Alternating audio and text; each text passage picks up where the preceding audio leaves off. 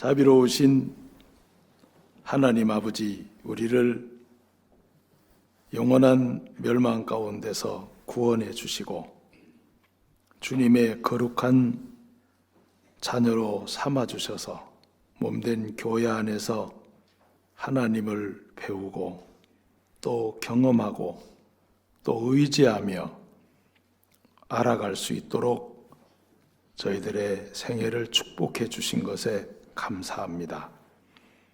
이 땅에 잠시 있는 동안 영원하신 하나님과 또 영원하신 주님의 구원의 선물을 저희들에게 주시고 또 영원한 천국의 소망을 향해서 걸어갈 수 있도록 도와주셔서 감사합니다.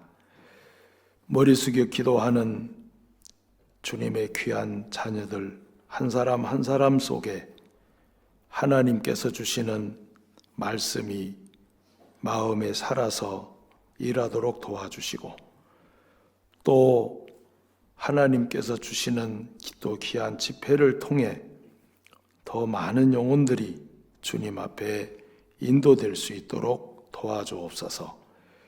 해외에서 수고하시는 많은 선교사님들 그리고 그의 가족과 형제자매님들 어려운 가운데도 주님의 복음을 증거할 때마다 하나님께서 능력과 지혜로 함께 해주시고 도와주시옵소서.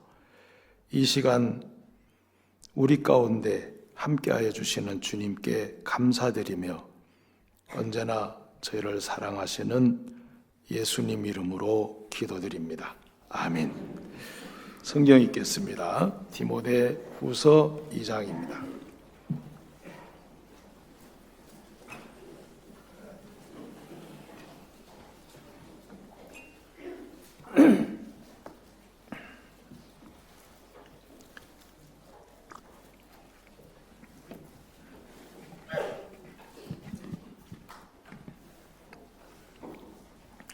(2장 1절)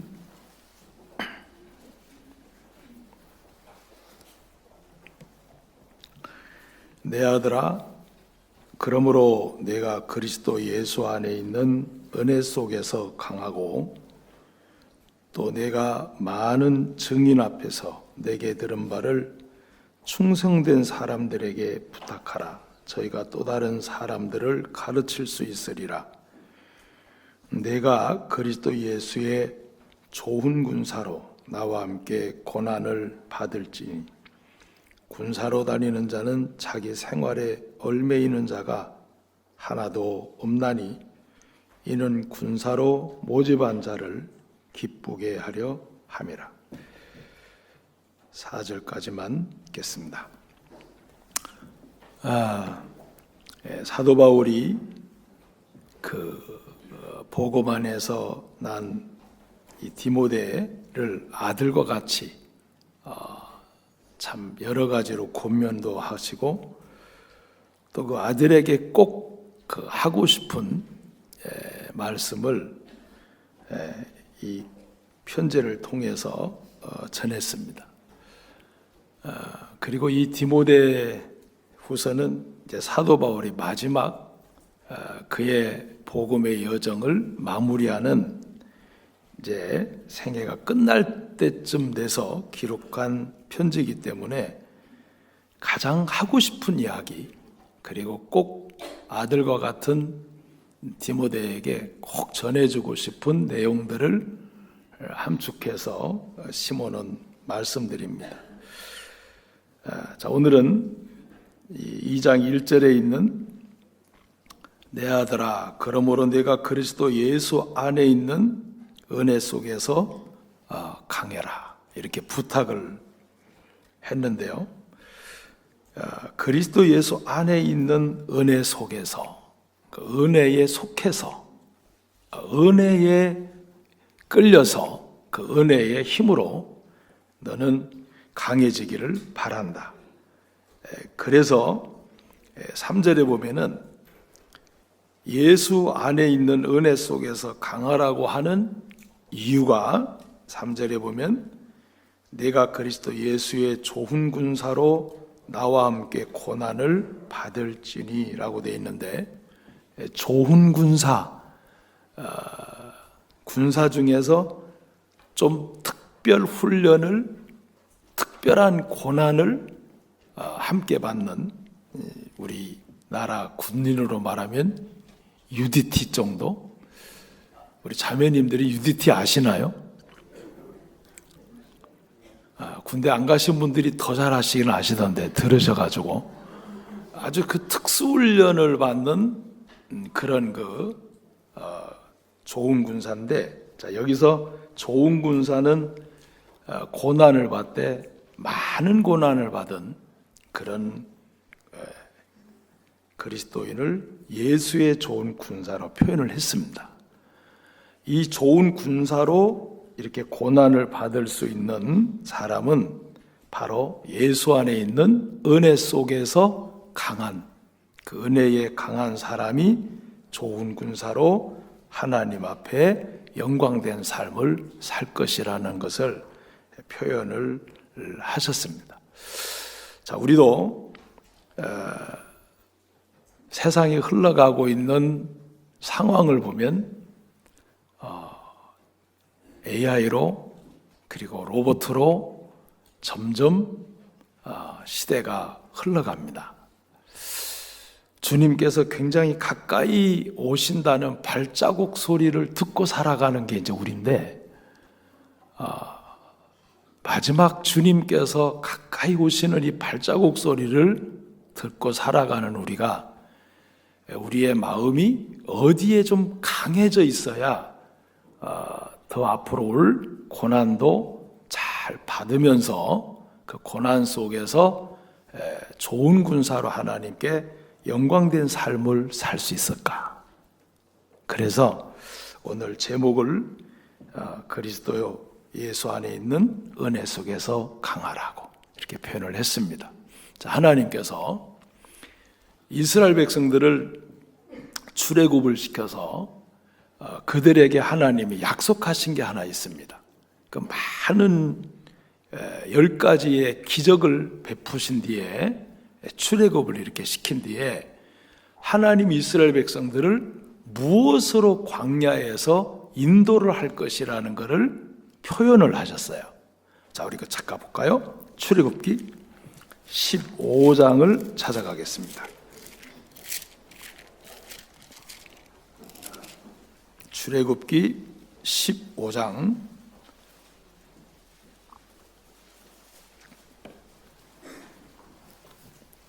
출애굽기 15장 13절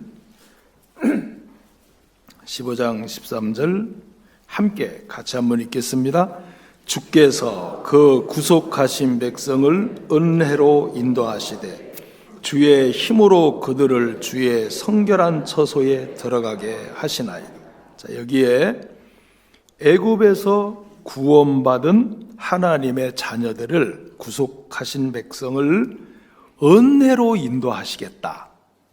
그리고 은혜를 조금 다른 말씀으로 표현하면 주님의 힘입니다. 그래서 이 광야로 하나님께서 광야의 삶을 시작하는 그 시점에 하나님께서 구속하신 백성을 은혜로 인도하시겠다. 주님의 힘과 주님의 지혜와 능력이 아니면 광야를 지나갈 수 없는, 그게 은혜죠. 자, 그래서 하나님께서 13장에 보면 반복해서 하시는 말씀이 있습니다. 그 무교절에 관해서 말씀을 하시다가, 자, 13장 출애굽기 13장으로 가시면 계속 반복해서 하시는 말씀이 뭐냐면 3절입니다. 13장 3절 모세가 백성에게 이르되 너희는 애굽에서 곧 종되었던 집에서 나온 그날을 기념하여 유교병을 먹지 말라. 자, 그 다음에 보시면 여호와께서 그 손의 권능으로 너희를 그곳에서 인도하여 내셨습니다. 자, 하나님께서 무교절을 말씀하시면서 유병을 먹지 말라 하시고는 그 뒤에 이어서 하시는 말씀이 그 손의 권능으로 너희를 그곳에서 인도하여 냈다. 자, 9절로 넘어갑니다. 9절, 13장 9절.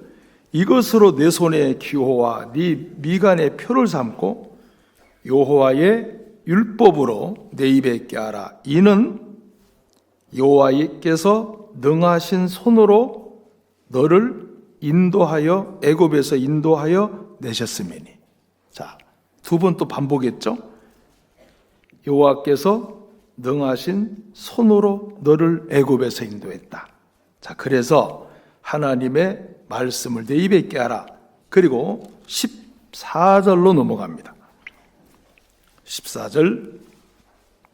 장래에 내 아들이 내게 묻기를 이것이 어찌미뇨 하거든 너는 그에게 이르기를 여호와께서 그 손의 권능으로 우리를 애굽에서 곧 종이 되었던 집에서 인도하여 내실세. 그리고 마지막 16절 함께 읽습니다. 이것으로 내 손의 기호와 내 미간의 표를 삼으라. 여호와께서 그 손의 권능으로 우리를 애굽에서 인도하여 내셨음이니라. 자, 이 여호와께서 그 손의 권능으로 우리를 애굽에서 인도했다는 똑같은 표현의 말씀을 한 장에서 4번을 표현하셨습니다. 무교절을 말씀하시면서 자, 이렇게 하나님께서 한 장 속에 반복적으로 같은 말씀을 계속해서 하신 이유는 절대로 잊지 마라. 그리고 꼭 기억해라. 그리고 이것을 마음에 새기고 광야로 들어가거라. 자, 이런 그 하나님의 마음이 짙게 깔려 있습니다. 자, 그리고는 15장에서 구속하신 백성을 하나님께서 은혜로 인도하시고 그의 힘으로 라는 말씀으로 표현하셨어요. 자, 우리가 이스라엘 백성들이 애굽에서 구원을 받은 것도 보면 온전히 하나님의 전능하신 분의 권능의 손입니다. 자, 우리는 구원받을 때 어땠을까요? 똑같을까요? 다를까요? 똑같아요. 자, 누가복음 1장에 보면 마리아 속에 예수 그리스도가 잉태되는 장면이 나옵니다. 자, 그때 천사가 나타나서, 가브리엘 천사가 나타나서 마리아에게 예수님이 탄생될 것을 이야기했을 때 사내를 알지 못하니 어찌 이 일이 있겠습니까? 도저히 이성적으로 판단이 안 되는 거예요. 그런데 그때 천사가 말합니다. 성령이 내게 임하시고 지극히 높으신 이의 능력이 너를 덮으리니 나실 바 하나님의 아들 예수 또한 탄생할 것이다. 두 가지죠. 성령이 임하시고 지극히 높으신 이의 능력이 너를 덮을 거다. 자, 우리가 이 자리에 앉아 있는 것은 기적 중에 기적입니다. 제가 아침에 이 30일 교구인가요? 집회 명단을 갖고 올라왔는데 집회 때마다 마음에 참 새겨지는 게 하나 있습니다. 한 주간 말씀을 다 듣고 개인적으로 성경 공부를 이렇게 해드리는데 집회 참석하신 분들, 근데 한 주간을 다 듣고도 성경 공부를 해보면 한 주간 들었던 말씀 중에 다른 거는 몰라도 예수 그리스도의 죽음과 피, 그 얘기만 입에서 한번 나오기를 간절히 고대하는 마음으로 상담을 시작하는데 한 주간 열심히 강연을 했는데 앉아서 듣는 분들의 마음에 남은 대답을 들어보면 없어요. 없고 다른 얘기만 자꾸 하세요. 와, 이게 참 기적이구나. 이런 것도 기적이구나. 그 베드로가 고기를 잡는 것도 기적이지만 밤이 맞도록 한 마리도 못 잡은 것도 기적이잖아요. 어떻게 안 잡힐까? 한 주간 내 말씀을 다 들었는데 그렇게 외치고 그렇게 강조하고 그렇게 설명해도 하나도 모함 속에 남아있지 않는다는 것은 와, 이것도 기적이구나. 그래서 다시 성경 공부를 시작하고 그러는데요. 자, 우리가 구원받고 이 자리에 앉아있다는 것도 기적이고, 왜냐하면 성령이 임하시고 지극히 높으신 이의 권능이 덮여져야 이게 깨달아지는 거잖아요. 그래서 우리가 또 이렇게 집회를 하시지만 옆에 분들한테 아니 어떻게 그걸 못 알아먹냐고 뭐라 하면은 된다 안 된다? 안 됩니다. 절대로 안 돼요. 아니 국민학교 아도 구원받았다 그렇게 말씀하시는데 그러면은 된다 안 된다? 안 돼요. 아, 내가 기도가 부족했구나. 아무리 전도를 하고 설명을 해줘도 성령이 임하시고 지극히 높으신 이의 권능이 덮어줘야 우리 속에도 예수 그리스도가 탄생이 되는 겁니다. 이게 사람으로 되는 게 아니에요. 자, 그래서 출애굽 당시에도 그랬고 우리가 구원받을 상황도 똑같고 모든 것이 주님의 능력의 손 안에서 주님의 성령으로 임해져야 이게 정말 하나님 앞에 복음을 깨닫게 되고, 자, 구원을 받고 난 그 뒤부터 우리의 인생은 뭐로 바뀌었냐면은 따라합시다. 은혜의 삶. 이게 시작이 된 거예요. 자, 우리 성경 볼까요? 히브리서 13장을 보겠습니다.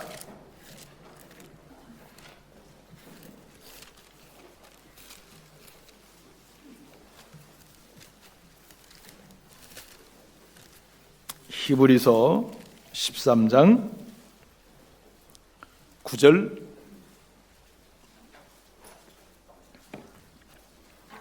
히브리서 13장 9절입니다. 여러 가지 다른 교훈에 끌리지 말라. 마음은 은혜로서 굳게 함이 아름답고 식물로서 할 것이 아니니 식물로 말미암아 행한 자는 유익을 얻지 못하느니라. 자, 여기에 마음은 은혜로서 굳게 함이 아름답다. 자, 이 은혜로서 굳게 함이 아름답다라는 표현은 은혜임을 깨닫고 감사하는 삶을 통해 마음이 강해진다는 겁니다. 그런데 자, 여기서 마음이 그리스도인의 마음이 무엇보다도 가장 중요한데 이 마음은 은혜로서 굳게 함이 아름답다라고 해놓고 요 말씀을 하시기 전에 자, 8절로 올라가 보세요. 바로 전절입니다. 8절에 보시면 예수 그리스도는 어제나 오늘이나 영원토록 동일하시니라. 여러 가지 다른 교훈에 끌리지 말라 이렇게 되어 있습니다.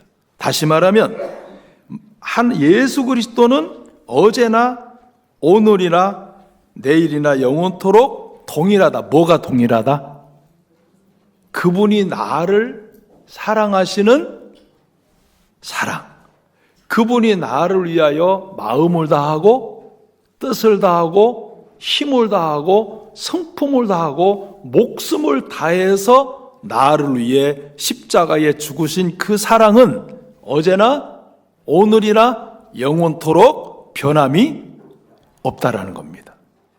그래서 너희들의 마음도 우리의 마음도 뜻을 다하고 마음을 다하고 힘을 다하고 목숨을 다해서 우리를 위해 십자가에 죽으신 주님의 그 은혜가 변함이 없기 때문에 여러분의 마음이나 제 마음이나 그 은혜의 마음에 절대로 다른 것이 더 크게 세워져서는 안 된다.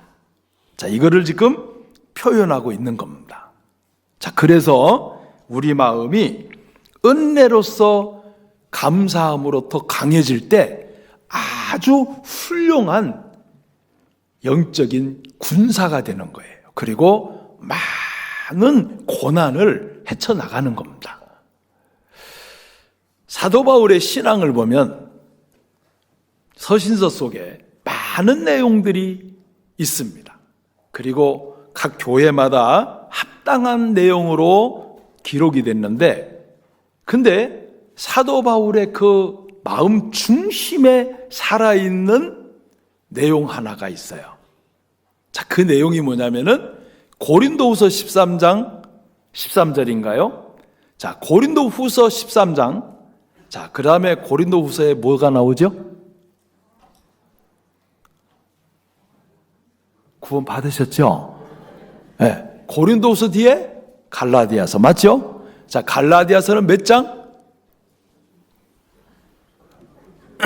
죄송해요, 여쭤봐서 속으로 다 대답하셨는데 6장이죠. 자, 그 다음에 갈라디아서 뒤에 에베소서 몇 장? 6장, 그죠? 자, 에베소서 뒤에 빌립보서 몇 장? 4장. 그 다음에 빌립보서 뒤에 골로새서 몇 장? 4장. 자, 그러면 고린도후서 13장 13절이 마지막 절이에요. 그 다음에 갈라디아서 6장 18절이 끝절이에요. 에베소서 6장 24절이 끝절이에요. 그리고 빌립보서 4장 23절이 마지막 절이에요. 자, 이렇게 고린도후서부터 서신서의 마지막 장 마지막 절을 항상 뭐로 끝나냐면은 우리 주 예수 그리스도의 은혜가 너희 가운데 항상 함께할지어다. 맞나요? 이렇게 다 끝납니다. 자, 그건 뭐냐면은 사도 바울의 신앙이 바로 예수 그리스도의 은혜 속에 강하셨다는 거예요. 그래서 그는 누구보다도 많은 고난의 길을 기쁨으로 겪을 수가 있었습니다. 은혜에 강하다는 것은 마음이 강하다는 것이고, 마음이 강하다는 것은 고난에 강하다는 거예요. 고난에 강하다는 것은 그만큼 하나님 앞에 훌륭한 군사라는 것입니다. 제가 아는 자매님 아들이 해병대를 지원했는데, 해병대는 아시는 것처럼 훈련을 받다가 기본 훈련에서 안 되면 실격에서 해병대 못 들어갑니다. 아시죠?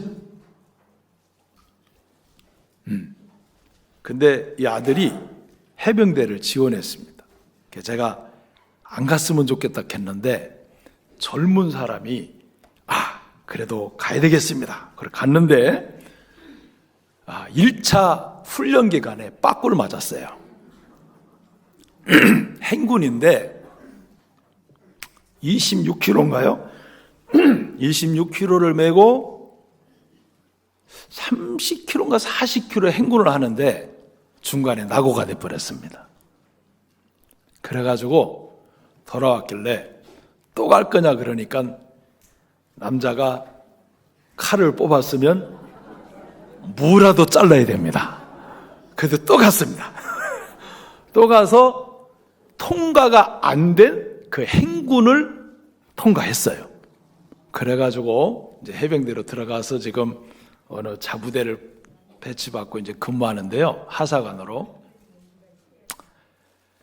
저는 구원받은 그리스도인들이 갈수록 고난을 피하든지 더 극한 고난 속에 들어가든지 둘 중에 하나라고 생각이 돼요.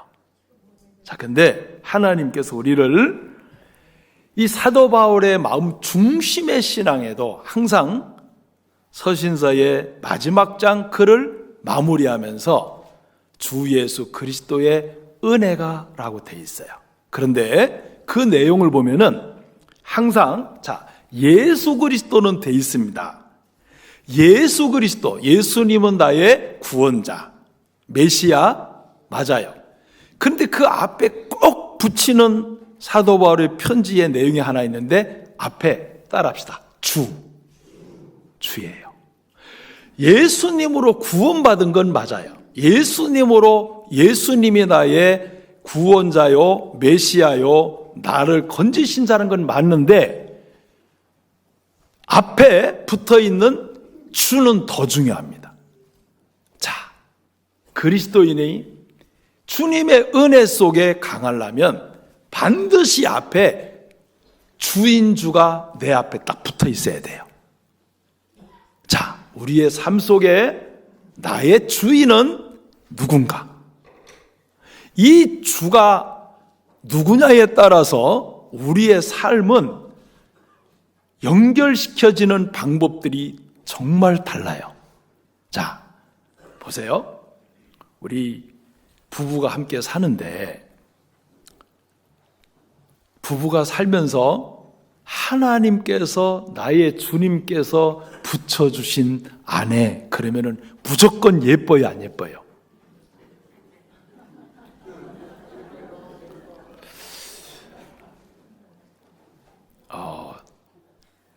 저희 교회 형제자매들은 예뻐요 그러고 대답 잘하는데 자, 주님이 내게 붙여주신 아내는 무조건 예뻐요. 조건 따지지 마요. 성경에 에베소서 5장에 예수님께서 그리스도께서 교회를 사랑한 같이 너도 내 아내를 내 몸같이 사랑하라 그랬잖아요. 거기 조건이 있어요, 없어요? 없어요. 그럼 보세요. 하나님이 주께서 예수님께서 하나님께서 내게 주신 아내 그럼 무조건 예쁘다 안 예쁘다? 무조건 예뻐야 돼요. 조건 따지지 말자. 설교 시간만큼이라도 100점. 자, 따지지 말자. 그런데 만약에 어쩌다 만난 그대라고 생각하면 내 마음이 좋을 때 좋고 안 좋을 때 안 좋고 그래. 내 마음에 맞으면 사랑하고 안 맞으면 사랑 안 해. 그게 어쩌다 만난 그대로 대하는 거예요. 우리 여숫교회 형제님들은 다 하나님께서 내게 주신 아내로 다 이렇게 대하고 있죠? 어쩌다 만난 그대 그려버리면은 내 마음 따라서 마음에 들고 안 좋은 것에 따라서 대하는 태도가 달라요. 근데 하나님께서 내게 주신 아내 그러면 무조건 예쁜 거야. 조건 따지면 안 돼. 자, 자매님들도 하나님이 내게 주신 남편 그러면은 존경을 내 마음에 들든 안 들든 하는 거예요. 왜? 하나님이 내게 주신 남편이니까. 근데 어쩌다 만난 그대 그러면은 내 마음을 따라서 왔다 갔다 하는 거예요. 자, 옆에 한번 보실래요? 옆에 한번 보세요. 아까 사랑합니다 인사했잖아요. 옆에 보세요. 자, 하나님께서 내게 허락하신 형제 자매 무조건 사랑스럽다, 마음에 든다 안 든다?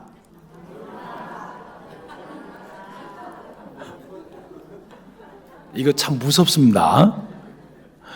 하나님께서 내게 허락하신을 앞에 붙여놓으면 다 아름다운 거예요.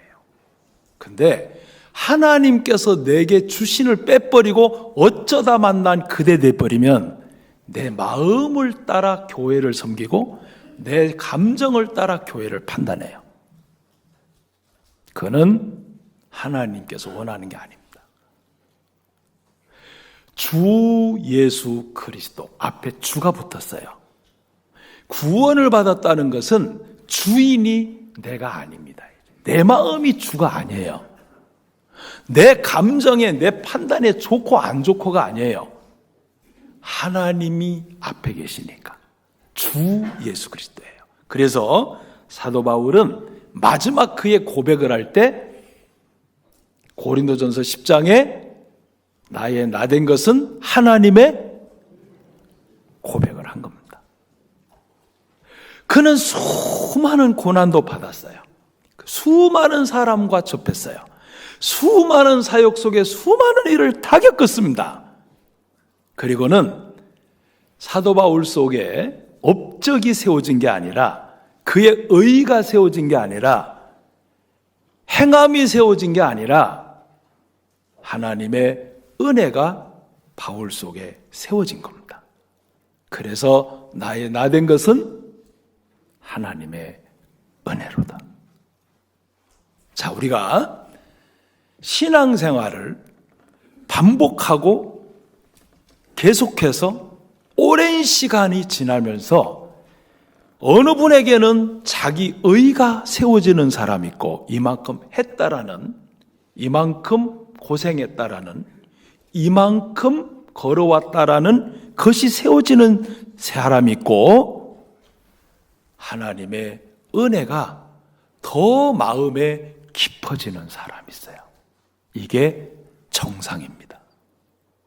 그래서 자, 예를 들면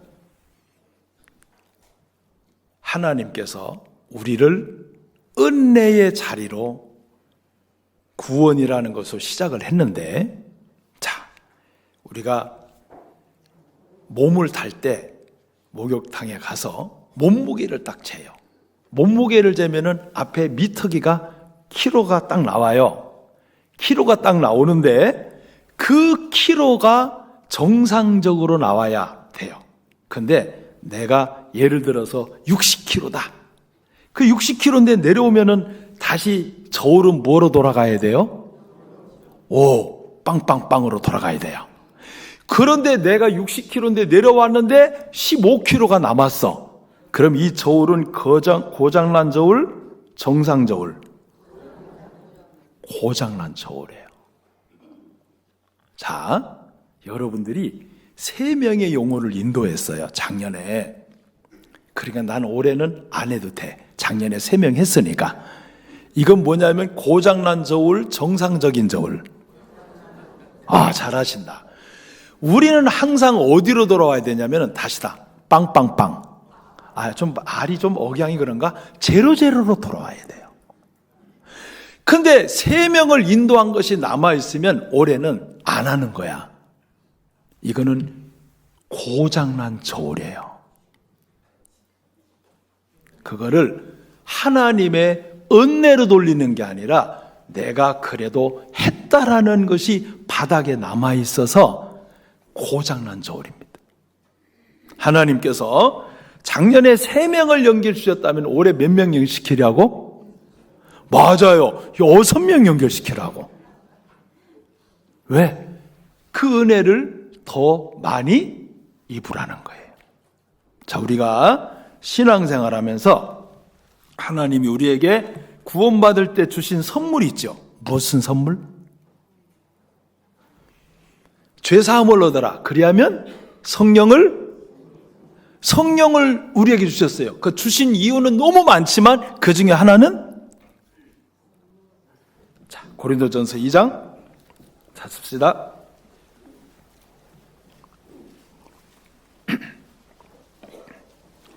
고린도전서 2장 12절,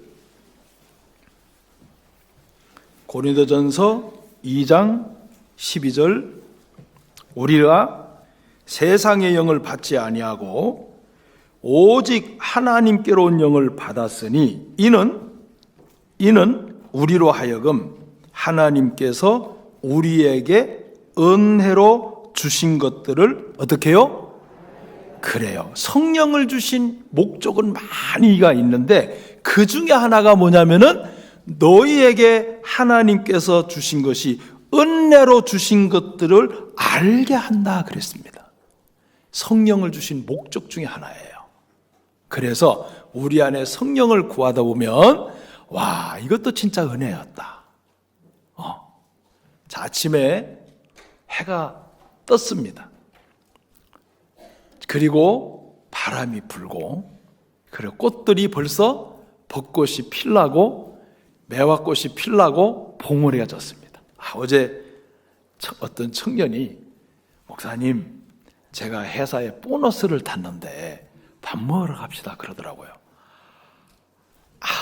형제님 써요 하니까 아니래, 오늘은 목사님하고 밥을 같이 먹기로 작심을 했대요. 그래서 제가 사주는 게 편해요, 얻어먹는 게 편해요? 사주는 게 편해요. 꼭 가야 돼 그러니까 가셔야 된대. 그래서 이제 갔는데요, 산 위에 있었어요. 그 식당에 산 위에 있는데 딱 나와가지고 보니까 벌써 매화가 꽃 피려고 봉오리가 막 져 있는데 너무너무 예쁜 거야. 자, 보세요. 그러면 이 하나님께서 있잖아요. 자, 아침마다 해가 딱 뜨는데 여러분들이 아침을 명하였다고 해가 뜨느뇨? 그럼 매일 아침마다 해가 뜨는데 우리가 아침을 명해 본 적 있습니까? 태양아 뜨거라 하고 말해 본 적 있어요? 근데 해는 여전히 떴어요, 안 떴어요? 떴어요. 또 수탉처럼 그러면 안 됩니다. 하니까 태양이 떴어. 사람들 일하라고 밭에 일하러 가면서 왜 나한테는 고맙다고 안 하지? 또 그 다음날 또 울었어요. 근데 또 태양이 떴어. 와, 역시 내가 우니까 태양이 뜨네. 근데 사람들이 일하러 가서 돈 벌고 농사지러 가서 농산물 얻었는데 나한테 왜 고맙다고 안 하는 거야? 그래가지고 넷째 날부터 수탉이 안 울었다 하잖아요. 근데 안 울고 나니까, 정신 차리고 나니까 통닭집에 와 있더래. 이제 우리가 그 병에 걸리면 안 돼요. 우리가 아침을 명했다고 해가 뜨는 거 아니에요? 그러면 해가 뜨는 자체가 은혜 아니에요? 오늘 감사한 마음으로 나왔어요? 그냥 나왔어요? 와, 진짜 여섯 교회는 다르다. 맞아요. 이 하루가 그냥 아니에요. 예. 자, 하나님이 이 해를 띄우기 위해서 아침에 지구가 돌아가야 돼. 달이 돌아가야 돼. 태양이 돌아야 돼. 이 우주가 복잡하게 돌아가 줘야 돼요. 누가 이 우주를 이렇게 운행을 해서 한국에 태양을 뜨게 해주셨을까? 와, 진짜 이 은혜다. 이렇게 태양을 뜨게 해주셔서 아침을 시작하게 해주신 주님을 생각하면 은혜니 오늘 하루도 진짜 감사한 일이 많겠다. 이렇게 마음이 돌아가 줘야 되는 거예요. 근데 여러분 중에는 아무도 없겠지만 오늘 주일 아침이네. 가야 되겠다. 또 안 가면 또 초장님 또 전화 와. 또 구역장이 또 오후에 신방 온다. 그냥 가서 얼굴 찍고 오자, 밥 먹고. 그런 분 아무도 없죠? 저 2층에 계신 분. 왜 이게 중요하냐면요, 우리 안에 성령을 주셔서 하나님께서 우리에게 주신 것들이 은혜임을 알게 하려 한다. 은혜가 깊어지면 우리 마음에 뭐가 많아져요? 감사가 많아져요. 자, 너희는 범사에 이는 그리스도 예수 안에서 너희를 향하신 하나님의 뜻이에요. 근데 감사를 억지로 하려고 해도 안 되는데 은혜를 자꾸 생각하면 감사가 연결돼요. 그래서 자, 우리 성경 볼까요? 자, 은혜는 항상 감사랑 연결이 됩니다. 고린도전서 1장입니다. 고린도전서 1장 4절입니다. 그리스도 예수 안에서 너희에게 주신 하나님의 은혜를 인하여. 그 다음에 나오죠? 내가 너희를 위하여 항상 하나님께 은혜로 인하여 감사하잖아요. 자, 사도 바울이 고린도 교회를 향해서 감사는 은혜로, 하나님께서 너희들에게 주신 은혜로 감사한다. 네, 제 친구 한 사람이 얼굴이 진짜 못생겼어요. 구원받은 친구인데, 근데 진짜 못생겨. 내가 봐도 너무 못생겼어. 어떻게 저렇게 하나님이 저렇게 특수 제작을 했을까? 자, 대충 만드는 게 힘들겠어요? 특수 제작이 힘들겠어요? 물론 하나님께는 똑같겠지만, 얼굴이 막 너무 길어. 내가 봐도 길으니 세상 사람들이 볼 적 얼마나 길겠어요? 그래서 제가 볼 때마다, 야, 너는 왜 이렇게 기냐? 속으로, 겉으로 말하면 시험 들잖아요. 본인도 그렇게 느끼고 있는데. 근데, 야, 그 형제가 회사 시험을 봤는데 됐어요. 100대 1로 됐어요. 근데 공부도 잘해. 비록 창조자의 실패작은 아니지만, 공부를 잘하셔가지고 100대 1로 들어갔는데, 나중에 자기를 면접 본 과장님, 부장님하고 점심 먹고 회사 뒷뜰에 커피를 들고 다 이렇게 가면서, 부장님, 제가 하나 여쭙고 싶습니다. 뭔데요? 아니, 어떻게 그 많은 사람들 중에 저를 뽑으셨습니까? 하니까, 자네 일단 공부를 잘하잖아. 실력 있잖아. 그래도, 예. 그리고 두 번째는 자네 얼굴이 너무 마음에 들었네. 아니, 세상에 이런 얼굴을 어떻게 마음에 들었다 그럴까? 그랬더니 나중에 들어보니까 자네 얼굴은 어떤 여자가 봐도 이성의 감정을 전혀 못 느끼는 얼굴이 너무 좋았다는 거예요. 알고 보니까 그 회사가 이성 문제로 골치가 아픈 회사예요. 근데 이 형제 얼굴을 보자마자 너무 흡족해, 안 흡족해? 야, 이건 뭐 어떤 여자 직원이 봐도 전혀 감정을 못 느끼는 얼굴. 자, 여러분, 그 얼굴 은혜예요, 아니에요? 은혜예요. 그 얼굴을 어떻게 그 회사에 들어가요? 여러분들이 거울을 보면서 어떻게 내 얼굴이 이럴까 그럴 때마다 무슨 생각해야 된다? 은혜구나. 이렇게 만들기도 참 하나님 힘드셨을 텐데. 진짜입니다. 이 우스갯소리 아니에요. 그래서 진짜 못생겼다 싶으면 뭐라고요? 은혜다. 이거 시험 먹을 때 있습니다. 이 못생긴 얼굴. 그리고 못생긴 얼굴을 가졌기 때문에 예쁘게 생긴 사람들이 빛이 나는 거예요. 다 예뻐 봐요. 어떻게 빛이 나나? 그리고 보세요. 자, 성경에 보면은 고린도후서 보세요. 4장, 고린도후서 4장 15절입니다. 고린도후서 4장 15절입니다. 자, 함께 읽을까요? 모든 것을 너희를 위하여 하는 것은 은혜가 많은 사람의 감사함으로 말미암아 더하여 넘쳐서 하나님께 영광을 돌리게 하랴. 은혜가 많은 사람의 감사라 그래 되어 있습니다. 은혜를 보면은 감사가 넘쳐나요. 그래서 은혜가 많은 사람에게는 감사함이 넘치게 돼 있어요. 감사가 넘치다 보면은 마음이 굉장히 하나님께 영광이 됩니다. 우리가 억지로 감사하려고 그러면은 억지 춘향이 돼요. 그런데 야, 이것도 은혜였네. 한 번은 선교를 하다가 댕기에 물려 딱 죽으려고 하는데 브라질은 1년에 한 1000명 가까이 죽어요. 댕기에 물려서. 댕기에 물리면 온도가 한 40도, 45도까지 올라가요. 열이. 그러면 기억력이 50%가 파괴되고 면역이 떨어지면 일주일 만에 죽어버립니다. 약도 없어요. 주사도 없어. 야, 근데 그 한번 하나님께서 너도 한번 이걸 맛봐야 안 되겠냐. 그래야 선교를 하잖아요.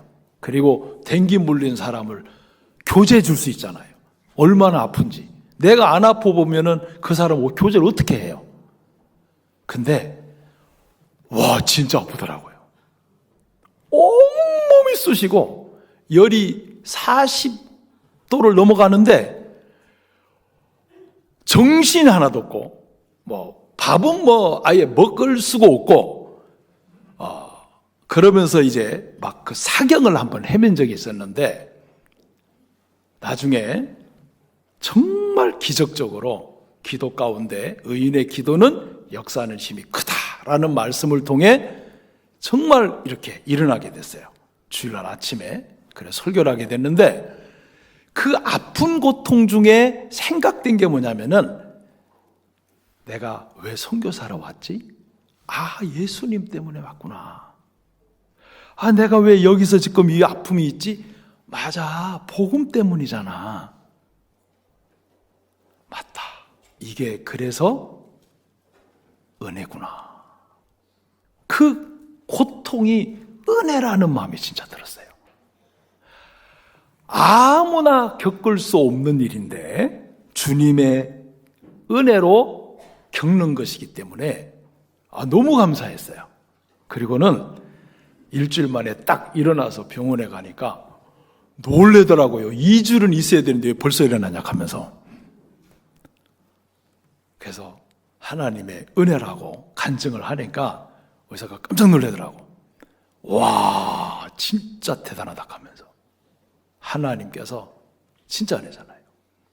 자, 우리가 이 브라질에는요, 건물을 얻으려고 그러면 꼭 필요한 게 있어요. 뽀빤사라 그러는데 보증인이 필요해.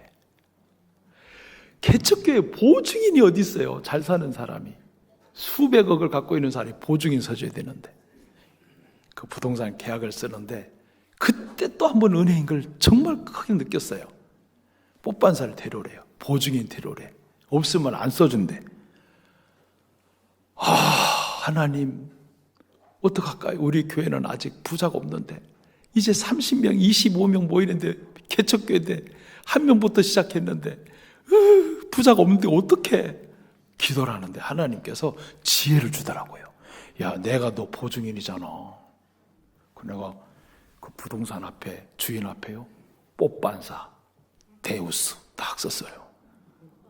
나의 보증인 하나님. 그러니까 나를 딱 쳐다보더니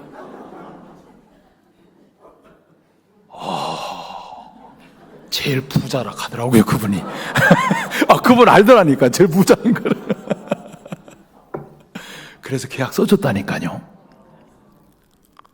근데 너 교회 믿냐? 하니까 하나님 믿는다 하더라. 구원을 안 받았는데, 하나님보다 부자가 어딨냐? 어떻게 너는 그 생각을 했냐? 뽀빤사를.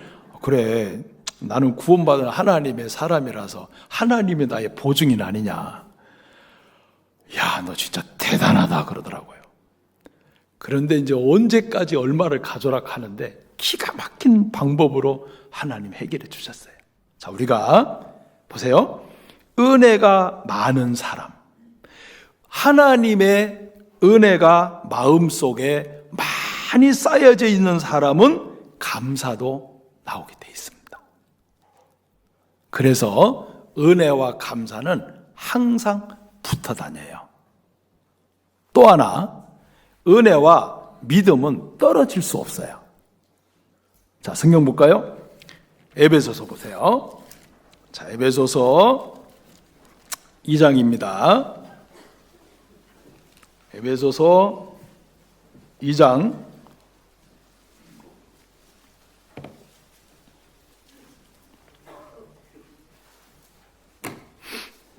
8절, 에베소서 2장 8절, 너희가 그 은혜를 인하여 믿음으로 말미암아 구원을 얻었나니 이것이 너희에게서 난 것이 아니요 하나님의 은혜로 말미암아, 은혜로 인하여 믿음으로 그랬죠. 그 은혜를 믿는 겁니다. 예수 그리스도께서 우리를 일방적으로 사랑한 은혜입니다. 그 은혜를 믿을 때 구원인데 이 은혜와 믿음은 절대로 떨어지질 않아요.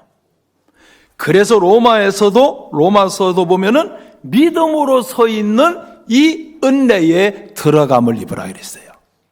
믿음으로 서 있는 이 은혜에 이르게 되어 있습니다. 그래서 믿음과 은혜는 절대로 떼놓을 수 없어요. 은혜와 감사도 그렇고 은혜와 믿음도 떨어질 수가 없습니다. 항상 붙어 있어야 돼요.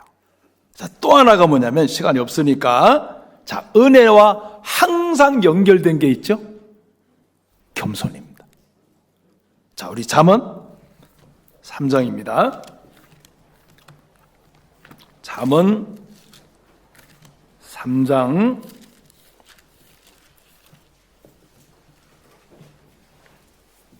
34절입니다.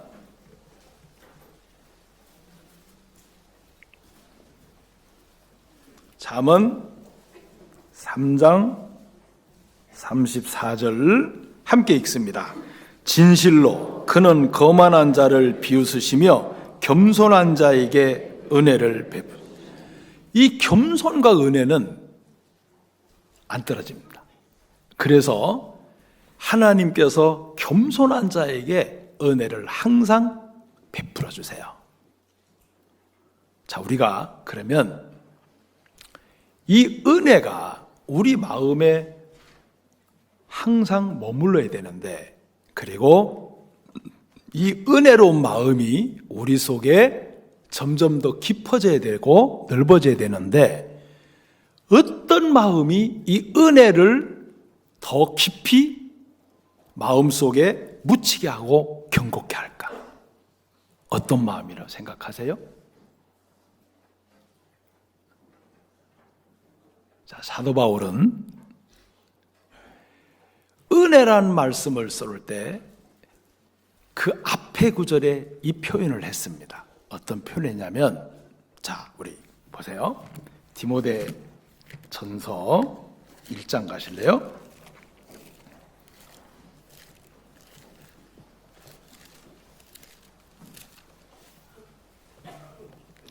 디모데전서 1장 14절, 우리 주의 은혜가 그리스도 예수 안에 있는 믿음과 사랑과 함께 넘치도록 풍성하였도다. 은혜가 풍성했다. 믿음과 사랑과 함께. 자, 주의 은혜가 넘치도록 풍성하였도다 그랬는데, 이 은혜가 풍성하였도다라는 말씀을 쓰기 전에 앞을 보셔야 돼요. 자, 어딜 보시냐면은 13절, 내가 전에는 회방자요 핍박자요 포행자였으나 도리어 긍휼을 입은 것은 내가 믿지 아니할 때에 알지 못하고 행하였습니다. 자, 주의 은혜가 넘치도록 믿음과 사랑과 함께 풍성했다고 하는데 그 앞에 13절 때문입니다. 사도 바울은 자신이 자신의 본 모습이 누군지를 잊은 적이 없어요. 나는 하나님께서 주신 능력과 말씀과 지혜로 이렇게 큰 주님의 복음을 전하지만 이 모든 게 은혜였다. 왜냐하면 내 원래 모습은 회방자요, 핍박자요, 포행자다. 이게 내 모습이다. 알지 못하고 행했던 모습이 진짜 자기 모습이었다는 거예요.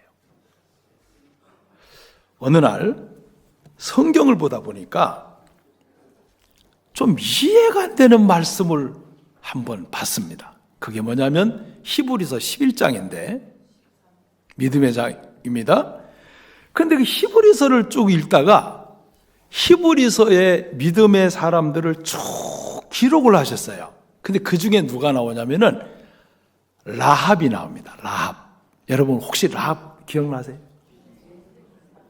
여러분도 라합 그러니까 기생라합 딱 튀어나오네. 그게 더 편하시죠? 기생라합. 근데 믿음으로 라합은 정탐꾼들을 숨겨. 이렇게 나와도 되는데 믿음으로 라합은 일 안 했고 성경에 믿음으로 기생라합은 그랬어요. 그럼 기생라합은 몇 장에 나와요? 여호수아 2장에 나와요. 여호수아 2장에 3600년 전에 기록한 그 성경이 자, 히브리서하고 연대를 따지면은 너무 많은 세월이 지났어요. 근데 하나님께서 믿음으로 라합은 정탐꾼들을 숨기어 이렇게도 전혀 문맥에 이상이 없어요. 근데 믿음으로 뭐라고요? 그걸 갖다 꼭 붙여놓으시네. 그 부분에 하나님께서 생각을 하게 하시더라고요.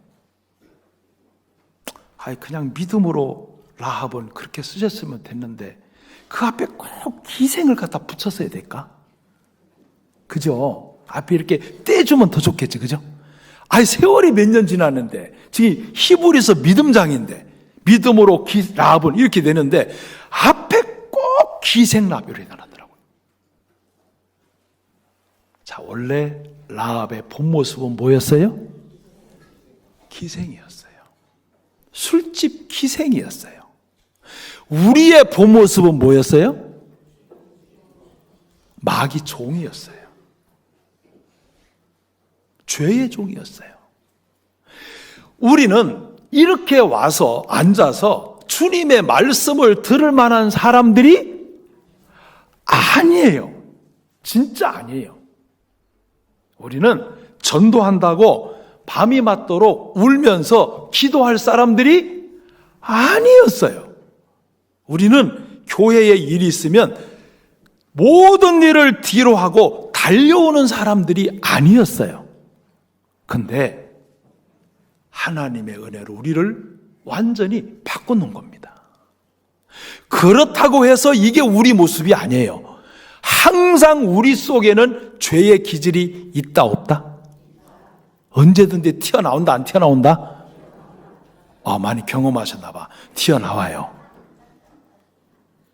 자, 성경에서 은혜에 진짜 강한 사람 한 사람만 이야기할게요. 누굴까요? 자, 성경 찾을게요. 룻기를 찾아갑니다.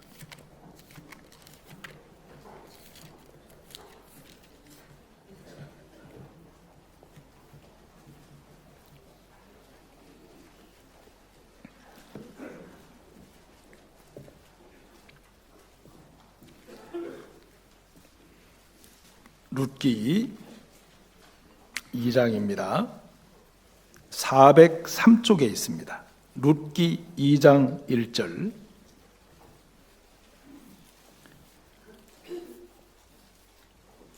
나오미의 남편 엘리멜렉의 친족 중 유력한 자가 있으니 이름은 보아스더라. 모압 여인 룻이 나오미에게 이르되 나로 파책하게 하소서. 내가 네게 은혜를 입으면 그를 따라서 이삭을 죽겠나이다.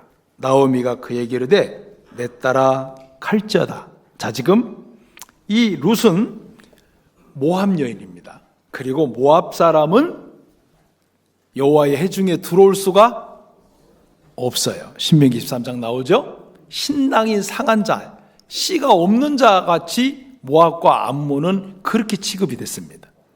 자, 여인이 믿음으로 은혜로 베들레헴 땅에 들어오는데 룻이 하나님을 경험한 것은 딱 한 가지였어요.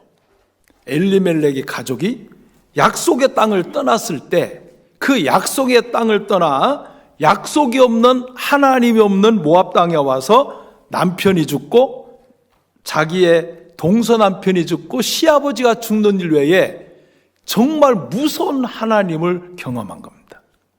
그런데 이 룻은 시아버지가 데려가시고 남편도 데려가고 동서의 남편도 데려가는 모습을 보면서 뭘 생각했냐면은 이 하나님을 따라가야 되겠다. 왜냐하면 이 하나님을 따라가면 반드시 이렇게 무서운 심판하시는 하나님이 있는가 하면 반대편에 뭐가 있다? 반드시 복이 있고 은혜가 있다. 그거를 룻은 본 겁니다. 그래서 여인은 시어미를 따라 붙였습니다. 아무것도 없지만, 그리고는 하나님이 없는 땅에서 하나님이 있는, 약속이 없는 땅에서 약속이 있는 땅으로 옮겨왔어요. 그 약속이 있는 땅으로 옮겨오면서 이 여인의 마음의 태도가 됐습니다. 따라합시다. 은혜를 입으면. 자, 내가 시어머님, 내가 뭘 하겠습니다가 아니에요. 내가 열심히 뭘 하겠습니다가 아니라 내가 네게 은혜를 입으면 그를 따라서 이삭을 죽겠습니다 라고 자기를 믿지 않았다는 거예요. 자기를 신뢰하지 않았다는 겁니다. 죽음을 각오하고 베들레헴에 온 자기 자신을 칭찬하지 않았고 온전히 은혜를 입으면 이라는 마음으로 베들레헴의 삶을 시작해요. 근데 이 여인이 이 마음 중심이 이 마음이 있었어요. 자, 보세요. 자, 2장 뒤로 넘어갑니다. 제가 읽을게요. 8절.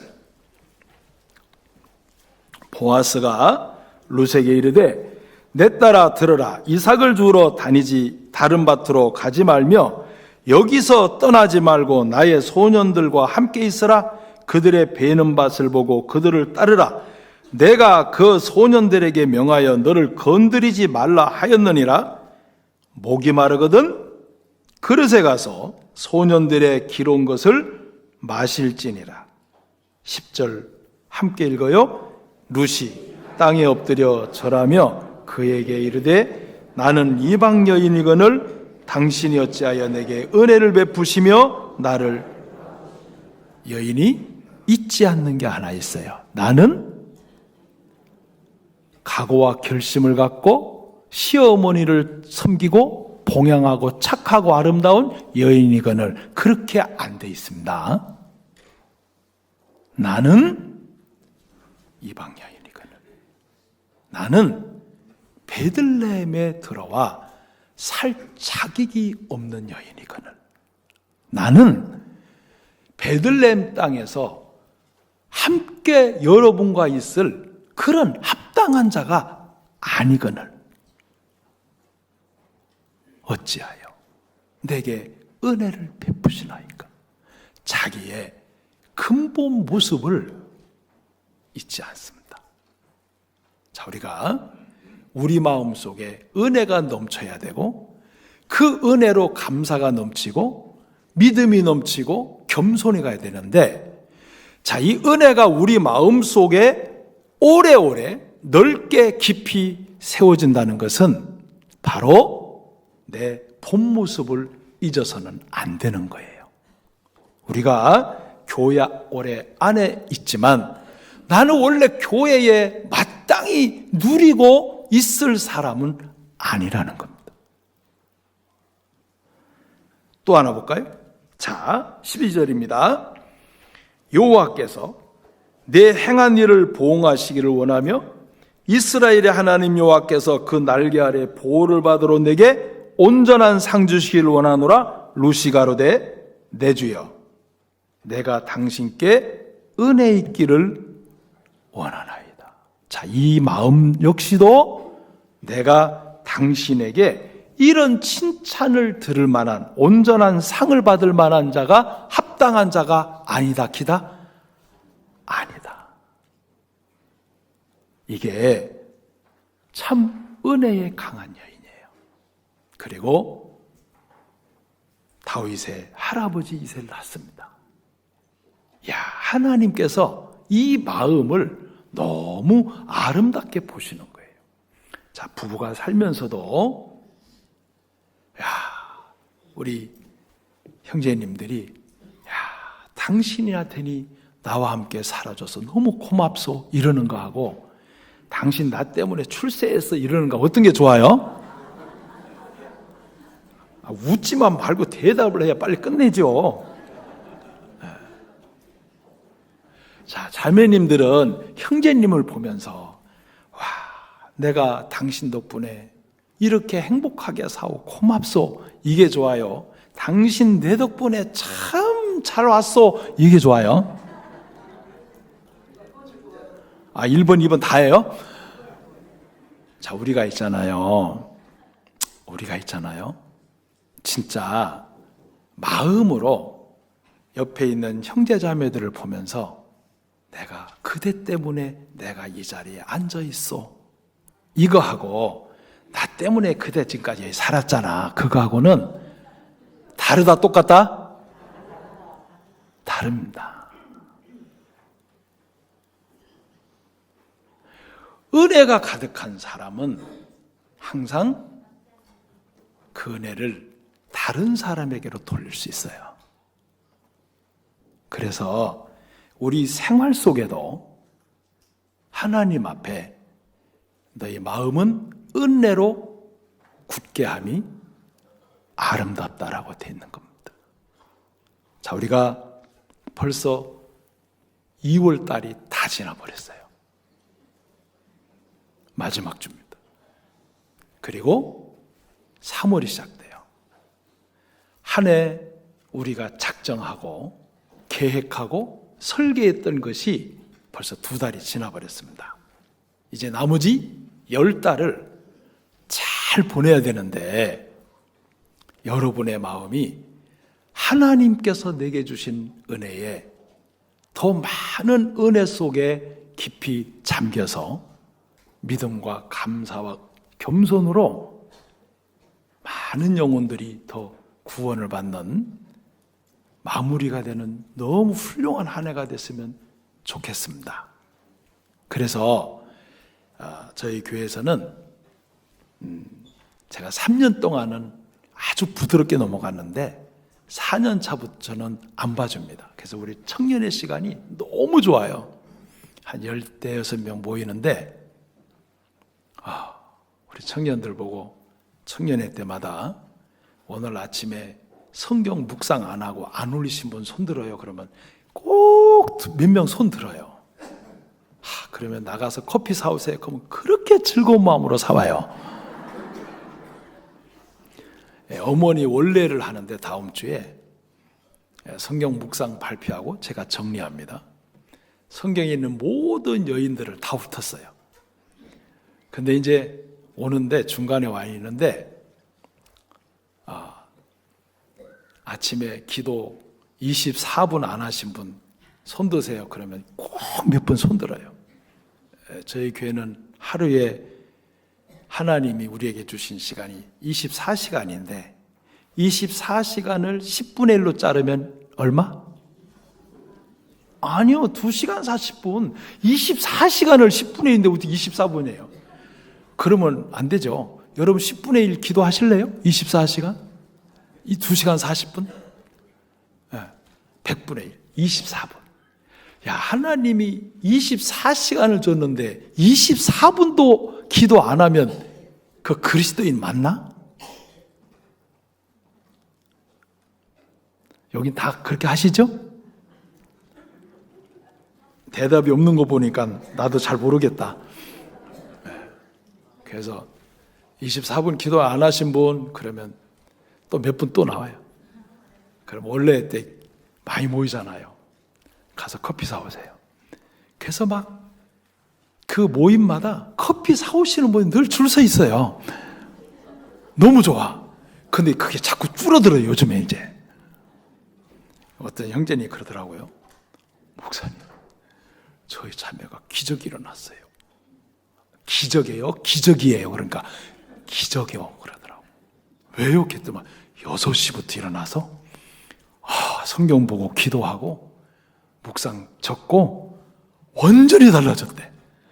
목사님 무슨 일이 있길래 그래요? 그러길래 그건 비밀이에요. 그거 말하는데 자, 우리가 남은 10달 정말 우리에게 주신 모든 것이 고린도전서 4장처럼 내게 있는 것이 받지 아니한 것이 무엇이냐? 내게 있는 것 중에 받지 아니한 것처럼 어찌하여 자랑하느냐? 우리에게 있는 게 다 주님께로부터 받은 거잖아요. 몸도, 마음도, 공기도, 태양도. 딸기 농사 지는 형제님이요, 일주일 동안 태양이 안 뜨니까 딸기가 농사가 안 된다래요. 진짜 모든 건 내게 있는 것 중에 받지 아니한 것이 무엇이냐? 다 주님께로 받은 겁니다.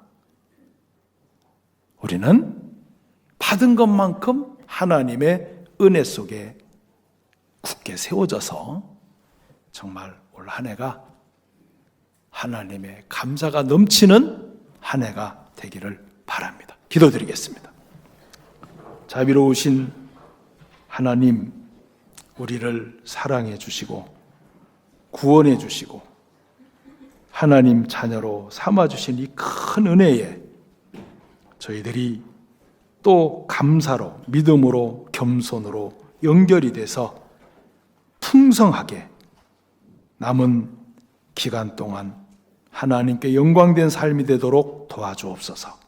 더 많은 여수의 잃어버린 영혼들 하나님께서 이곳에 붙여주시고 저들이 하나님 앞에 돌아오는 큰 역사가 일어날 수 있도록 도와주옵소서.